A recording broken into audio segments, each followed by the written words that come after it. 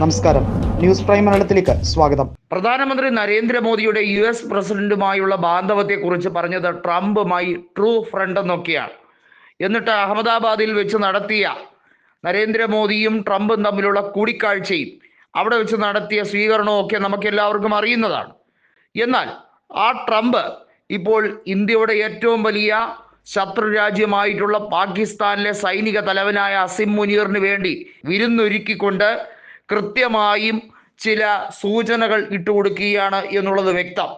Operation സിന്ദൂറിലൂടെ Pahalgam ഭീകരാക്രമണത്തിന് കൃത്യമായ മറുപടി കൊടുത്ത ഇന്ത്യയെ വീണ്ടും വീണ്ടും ചൊറിയാൻ തന്നെയാണ് US-ന്റെ തീരുമാനം എന്നത് മനസ്സിലാക്കാനുള്ള കോമൺ സെൻസ് ഈ രാജ്യത്തെ പ്രധാനമന്ത്രിക്ക് ഉണ്ടാവണം എന്നുള്ളതാണ് പ്രതിപക്ഷ നേതാവ് വീണ്ടും വീണ്ടും ഉദ്ദേശിച്ചത്.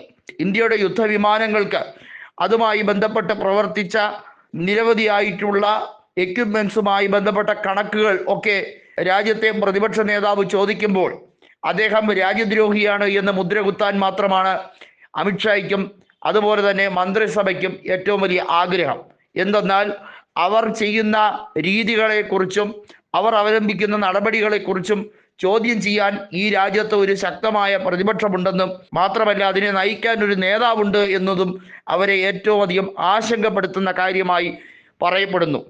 പ്രത്യേകിച്ചും ഓപ്പറേഷൻ സിന്ദൂർ നടപടിക്രമവുമായി ഇന്ത്യ മുന്നേറിയപ്പോൾ പ്രതിപക്ഷ നേതാവ് നേരിട്ടാണ് പ്രധാനമന്ത്രിയുടെ ഓഫീസ് സന്ദർശിച്ചതും പ്രധാനമന്ത്രിക്ക് ഐക്യദാർഢ്യം കൊടുത്തതും.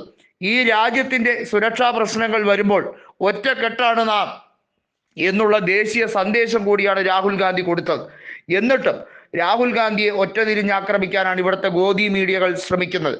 അദ്ദേഹം രാജ്യവിരുദ്ധനാണ്, ദേശവിരുദ്ധനാണ് എന്നൊക്കെ വരുത്തി തീർക്കാൻ വേണ്ടിയുള്ള ബോധപൂർവമായ ശ്രമത്തിൻ്റെ ഏറ്റവും വലിയ ഉദാഹരണമാണ് US-ൽ ചെന്ന് ഇന്ത്യയിലെ തെരഞ്ഞെടുപ്പുമായി ബന്ധപ്പെട്ട കാര്യത്തെ തെറ്റായി റിപ്പോർട്ട് ചെയ്തു എന്ന വ്യാജ വാർത്ത ഇവിടെ കുറിച്ചത്. നമ്മൾ മനസ്സിലാക്കേണ്ടത് അർണബ് ഗോസ്വാമി അടക്കമുള്ളവർ വിദേശ രാജ്യങ്ങളിൽ, അതായത് ഇന്ത്യയിൽ കോൺഗ്രസിൻ്റെ ആസ്ഥാനം വിദേശ രാജ്യങ്ങൾ, തുർക്കി പോലുള്ള രാജ്യങ്ങളിൽ കൃത്യമായി അവിടെ ബ്രാഞ്ച് ഉണ്ട്, അവിടെയൊക്കെ അവർക്ക് സംഘടനയുണ്ട് എന്നൊക്കെ വ്യാജ വാർത്തകൾ ചമച്ചു വിടുക. എന്നിട്ട് ആ വിഷയത്തെക്കുറിച്ച് ഒരു ഉളുപ്പുമില്ലാതെ ഇരുന്നു കൊണ്ട് അന്തിച്ചർച്ചകൾ നടത്തുക. ഇതൊക്കെയാണ് ഗോദി മീഡിയകൾ ചെയ്തുകൊണ്ടിരിക്കുന്നത്. അതിനെ നിശബ്ദമാക്കാനൊന്നും കഴിയില്ല. കാരണം അവർ നുണ വിറ്റ് ജീവിച്ചു കൊണ്ടിരിക്കുകയാണ്. നുണപ്രചരണം മാത്രമാണ് അവരുടെ ഏറ്റവും വലിയ പ്രധാന പരിപാടി എന്ന് പറയുന്നത്. അഥവാ ഒരു വിനോദ പരിപാടി പോലെയാണ് അവരത് കൊണ്ടുപോകുന്നത്. എന്നാൽ ഈ രാജ്യത്തിൻ്റെ സുരക്ഷയുമായി ബന്ധപ്പെട്ട കാര്യത്തിൽ US പ്രസിഡന്റ് ഡൊണാൾഡ് ട്രംപ് എന്ത് രീതിയിലുള്ള നടപടിക്രമമാണ് എടുത്തതെന്നുള്ളത് വളരെ വ്യക്തമാണ്.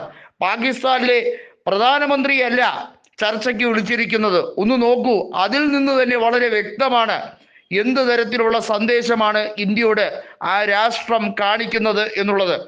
ഇതിൽ നിന്നെങ്കിലും ഈ രാജ്യത്ത് മനസ്സിലാക്കിക്കൂടെ നരേന്ദ്രമോദിയുടെ തീരുമാനങ്ങളിൽ പലതും തെറ്റായിരിക്കുന്നു. ഇന്ത്യ എടുക്കുന്ന നിലപാടുകളുമായി ബന്ധപ്പെട്ട കാര്യത്തിൽ US-ന് എന്ത് രീതിയിലുള്ള അവകാശവാദം, എന്ത് രീതിയിലുള്ള കടന്നുകയറ്റമാണ് നടത്താൻ കഴിയുക? ഒരിക്കലുമില്ല. ഇന്ദിരാഗാന്ധി ആയിരുന്നപ്പോഴും ഇവിടെ കോൺഗ്രസ് ഭരിച്ചിരുന്നപ്പോഴും ഒരു വൈദേശികനെയും ഇവിടെ കയറി അവരുടെ തീരുമാനങ്ങൾ അടിച്ചേൽപ്പിക്കാൻ അനുവദിച്ചിട്ടില്ല. അങ്ങനെയിരിക്കെ ട്രംപ് മധ്യസ്ഥത വഹിച്ചു എന്നും അദ്ദേഹമാണ് യുദ്ധസമാനമായ സാഹചര്യത്തെ നിർത്തലാക്കിയതെന്നും അദ്ദേഹം പറഞ്ഞതുകൊണ്ടാണ് വെടിനിർത്തൽ നടത്തിയതെന്നും ഒക്കെ പറഞ്ഞ് തള്ളുമ്പോൾ അത് അവഗണിക്കാതിരുന്ന ആ സാഹചര്യത്തെക്കുറിച്ചാണ് പ്രതിപക്ഷ നേതാവ് വീണ്ടും പറഞ്ഞത്. ഇപ്പോൾ അതിന് കൃത്യമായൊരു മറുപടിയാണ് അസിം മുനീറുമായി ഉള്ള ഈ സൗഹൃദ വിരുന്നുമായി ബന്ധപ്പെട്ട കാര്യം. ഇതിനെക്കുറിച്ച് നിങ്ങൾക്ക് പ്രതികരണമാണുള്ളത് എന്നുള്ളതും രാഹുൽ ഗാന്ധി ആരായുകയാണ്.